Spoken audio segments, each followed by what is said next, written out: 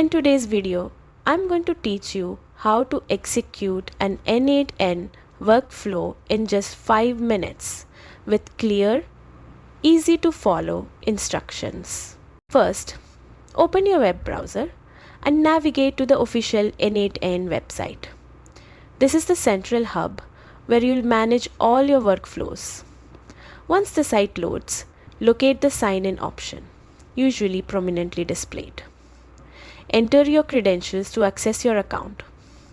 If you don't have one yet, creating an account only takes a few moments. Once logged in, you will be directed to the N8N Editor UI. This intuitive interface is the heart of workflow management, giving you a visual, user-friendly way to interact with your processes. Next, locate the specific workflow you want to execute. Use the search feature or organizational tools within N8N to find it quickly. Once selected, you will notice an inactive switch associated with the workflow. Toggle this switch to activate it.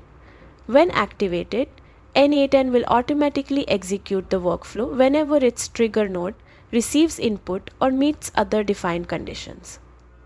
This allows continuous automation without manual intervention. The links talk about manual execution function. Sometimes you may want to run a workflow immediately for testing or debugging purposes. Next to your selected workflow, you'll see an option labeled Execute Workflow, which may also appear as Test Workflow depending on your N8N version. Click this button to run the workflow immediately. Each node will display its executed data in real time, allowing you to validate functionality and troubleshoot any issues. And that's it. By following these simple steps, you can efficiently execute your N8N workflows, whether automatically or manually. Mastering this process lets you streamline your automation and make full use of N8N's capabilities. Thanks for watching. Don't forget to like and subscribe for more workflow automation tips.